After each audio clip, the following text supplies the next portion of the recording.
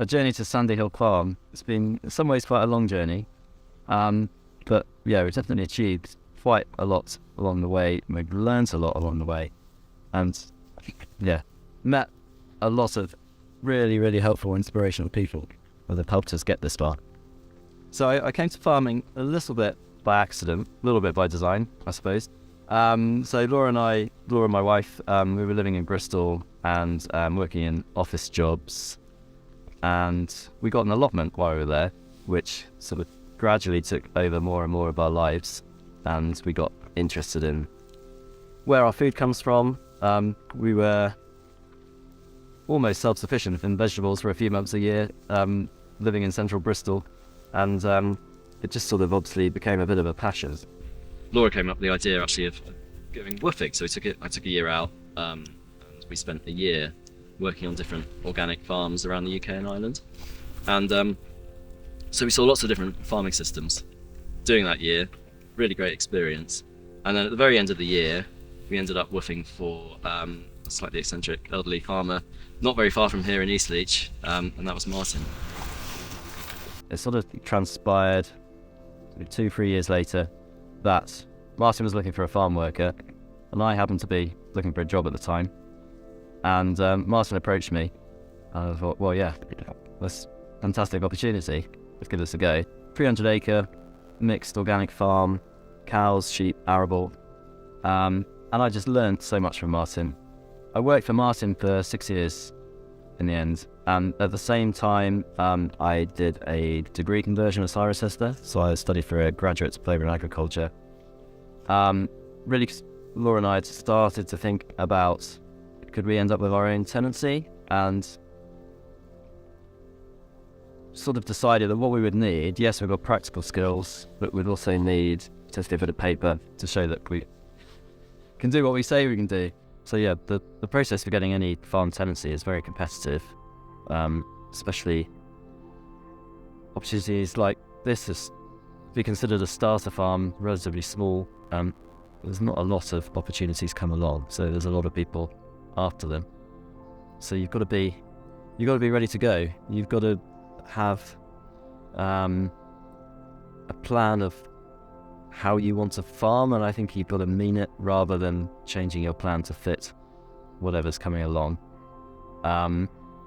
You've got to have a head for the figures. It's got to stack up, and you've got to be able to prove it to the potential landlord, that it's going to stack up. The enterprises you want to do are going to work, and you're going to be able to pay the rent, and you're going to be able to manage this farm and look after it and keep it in good heart.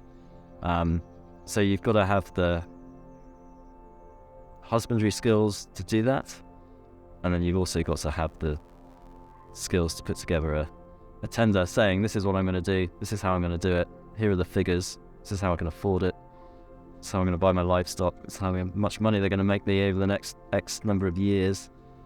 So yeah, it's difficult, and you've got to be able to be confident that you're in a position, I'd say, to stand up and prove what you can do.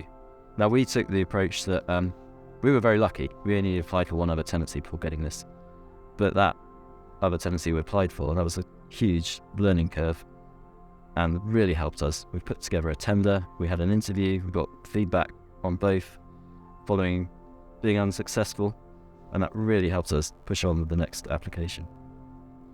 I mean, yeah, if you're looking to rent land in a tenancy form, you need experience. Go and get experience. But if you've got the money to buy it, you can do what you like. We had a lot of support from getting involved with Pasture for Life. So Laura, was this quite a few years ago, got a job as membership officer for Pasture for Life, and that's when we started to get involved with the organisation, and so this was before we got the tenancy here. And we just met so many really, really interesting, helpful people who were prepared to share their knowledge and mentor us and guide us when we were starting to look for tenancies and opportunities came up. And a couple of people in particular really helped us in sort of starting out, putting a tenancy application together, and just sort of being prepared to put their name to our tenancy application. There's couple of people really helpful. One guy in particular, I think honestly we wouldn't have the farm without him if he hadn't sort of backed us and put his name behind us. So yeah, we really appreciate that, and I think it's really, really important. I mean, you've got Pasture for Life, it's a great organisation for us, for meeting other like-minded farmers, for knowledge exchange. So I actually work for Pasture for Life now as well, and I organise farm walks and knowledge exchange events, and that helps subsidise us on the farm, because we're quite small still. It's not a full-time income yet, so I have to go off farm and earn money elsewhere as well.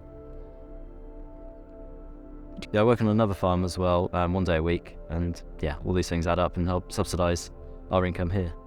Yeah, we received a small grant from the Great Project, which has enabled us to sign up as country trust hosts. So we'll be, it gave us some money towards just some seating and hand washing facilities for hosting school groups, which I'm really excited about. This part of the farm is historic parkland, permanent pasture, and then Sandy Hill Farm is part of the Sherborne and Lodge Park estate, which is run by the National Trust. So we've got about 50 acres permanent pasture down here at the bottom half of the farm, and then up at the top we've got 60 acres of herbal lays on ex-arable.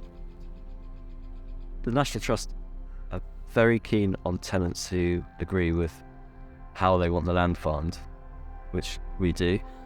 So they're looking for nature-friendly farming, pasture-fed animals, everything being done to benefit nature and biodiversity. So you've got to be on, if you want to become a National Trust tenant, you've got to be on board with Blaze Ideals to get a new tenancy. So we mob graze and we bale graze. So it's the winter, so we're currently bale grazing, which is very similar to mob grazing. And we think, we've been doing it for nearly 5 years now, and we think it's it's just really good for the biodiversity of the fields. It's good for the health of the cattle. We grow more grass. I mean, last summer, all that drought, we actually got by without feeding any hay all summer. And I don't know many other farmers that manage that. And that's all down to our grazing strategy and how we manage the grass that we've got. So mob grazing is essentially we keep the animals in quite small areas and move them every day. So in the summer months, probably sort of 7 months, from April through to November, December, we're moving them every day. So we have cells or electric fence here. We set up what seems an appropriate area for the time of the year, because you have different grass growth at different times of the year. And essentially we're looking that the cows will take a single bite from the area that they're given, and then the next day we move them on. And that means that the grass that they've come off has got time to recover and set seed. By moving the cows every day, we're taking them away from where they've been sort of pooing and whatever. And then so you're moving them away from where the flies are going to be. You're moving them away from where central parasites are going to be. And then because we're mob grazing, we're on 1% of the farm at any time. And then it could be 40, 60 days, if not longer, before we come around again. So you're really reducing the risk of them going back over and sort of reinfecting, building up a parasite burden. So that's a major health benefit of the mob grazing strategy. And also it's better for the wildlife, because we're often being followed by wagtails and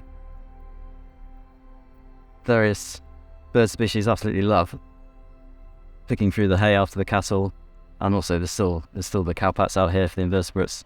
So yeah, win-win. We chose these cows because of their genetics, and the fact that they can live out here all year round and thrive off a 100% grass-fed system. Yeah, I think we're really passionate about doing it this way because it feels like the right way to be doing things. Trying to work with nature rather than against it. I don't want to be doing this and thinking I could be doing better. And sort of going back to when we were in Bristol and on the allotment, we wanted to be doing it. I don't want to be doing that and growing vegetables that are worse than the things I could buy in the shop, so they've got to be the best. And that's what we're trying to achieve here, really. Pasture-fed, 100% Pasture for Life, certified beef, and it's just worthwhile. Well, we're farming like this because it's what we believe in, really. It feels right to us. It feels like, well, if we're going to be farmers, this is how we should be doing it. But then I think there's a slightly bigger picture in that we had careers in offices, in the public sector, going to boring meetings and staring at screens all day. And then this, yes, it's 7 days a week. During calving, lambing, whatever, it can be 24 hours a day. But it just feels so worthwhile. It's lifestyle. I don't think of, when I'm doing stuff on the farm, I don't feel like I'm working. I think it's the same for both of us. And you get such a good feeling doing what we do. We direct sell, and you actually provide food to people. And the way we do it, I end up delivering or doing a market and meeting the customers, and people really appreciate what we're doing, and that makes it feel worthwhile. Everything we produce on the farm, we sell direct. So we finish all the beef, cattle, small flock of sheep, we finish the lambs, and we sell it through a box scheme, sold through our website.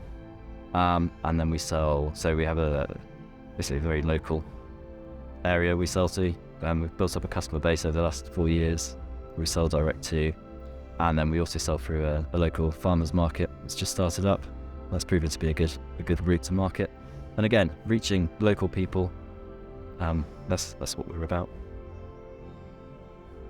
Yeah, in building our agroecological enterprise of our direct selling beef, that's been our main starting point. And then we've started up a small flock of sheep 2 years ago. So we started selling the lamb. Planning to set up a pastured laying enterprise this spring. And we've got a few other ideas, which are sort of very embryonic state. We had a small baby recently, which has slightly put some plans on the back burner for now. But we want to stack enterprises here. We don't want to be just doing beef. We want sort of a selection of really good quality products that we can supply locally to complement what we already do.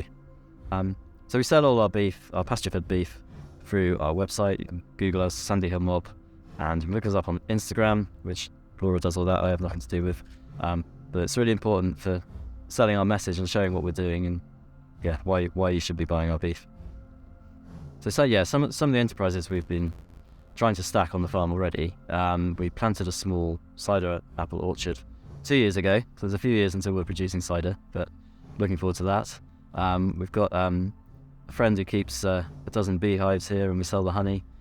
We started making biltong in the summer, and that's going really well, using our own beef, obviously.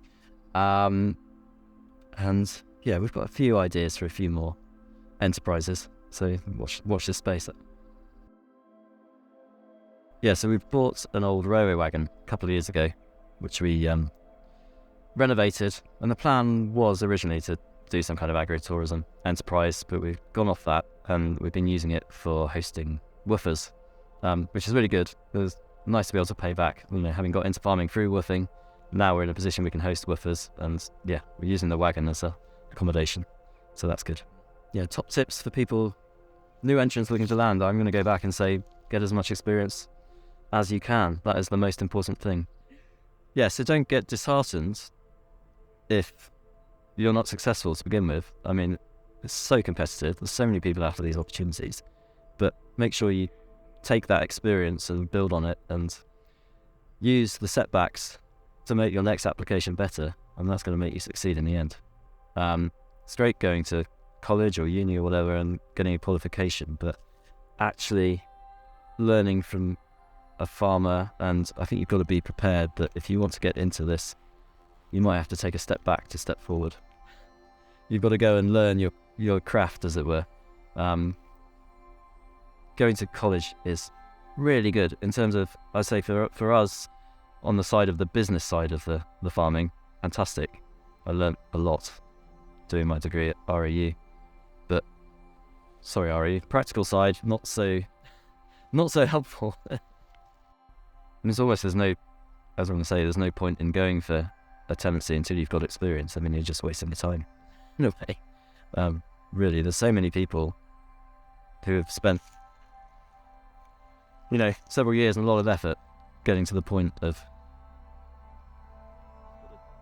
I think it's a really important point that you've got to put in the hard graft and be prepared to get your hands and your boots dirty and go and work on a farm, rather than just expect that I can rock up and, I fancy a bit of farming, I'll get a tenancy. It's not going to happen.